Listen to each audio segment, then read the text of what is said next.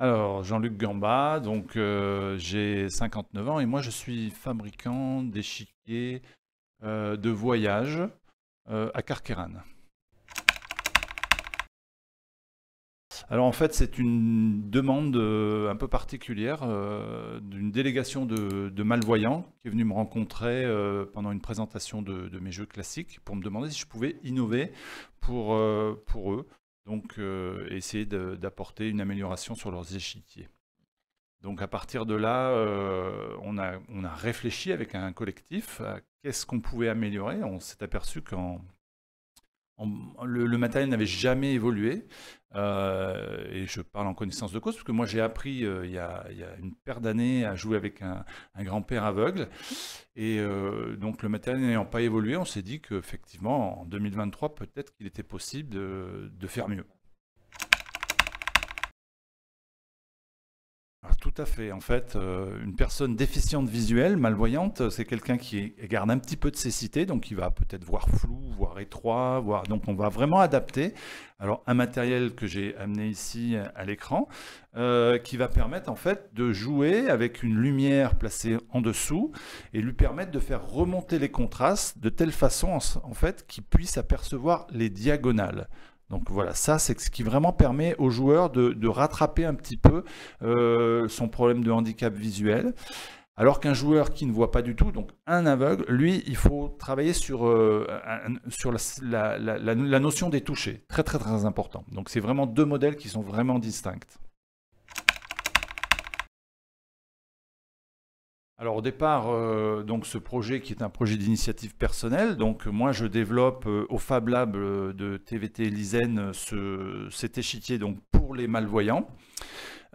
Et au vu des résultats, donc au départ c'est un projet, j'en connais pas la faisabilité, donc on démarre un petit peu dans l'inconnu, et au bout de quelques années, parce que ça a pris beaucoup de temps, il y a une participation importante des personnes concernées, donc des aveugles déficients visuels, on a abouti sur ce modèle qui est donc véritablement opérationnel pour les malvoyants. Et au vu de ce résultat, eh bien en fait c'est Stéphane Vera, le directeur des recherches de l'ISEN, qui s'est proposé donc d'inclure ce projet dans un bureau d'études.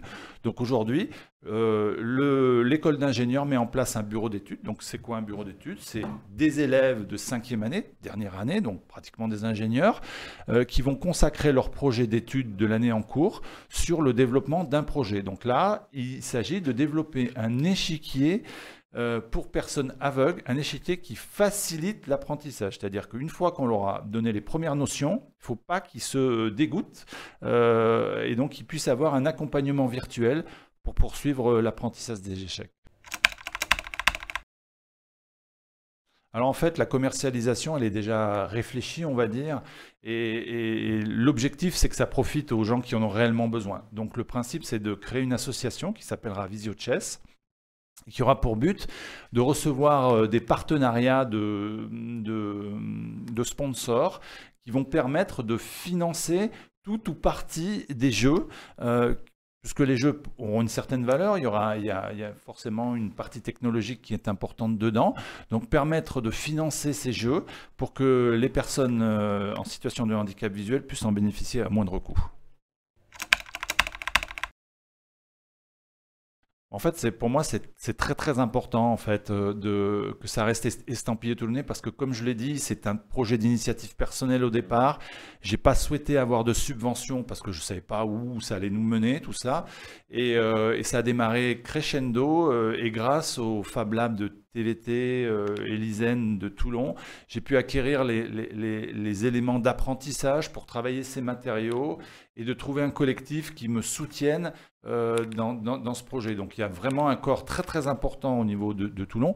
Et donc j'ai même fait une demande à Madame le maire, Madame José Massy à Toulon, pour être la marraine du projet. Très important pour qu'en fait on puisse à la fois une entreprise individuelle et des entités importantes majeures du giron économique de Toulon, et une ville en plein essor, hein, en pleine effervescence. Toulon, c'est une ville dynamique, puisse être aux commandes d'un projet véritablement d'inclusion sociale par le biais du jeu d'échecs, donc du sport. Donc c'est très très important pour que nous, ensuite, on puisse avoir d'autres intervenants qui puissent nous accompagner.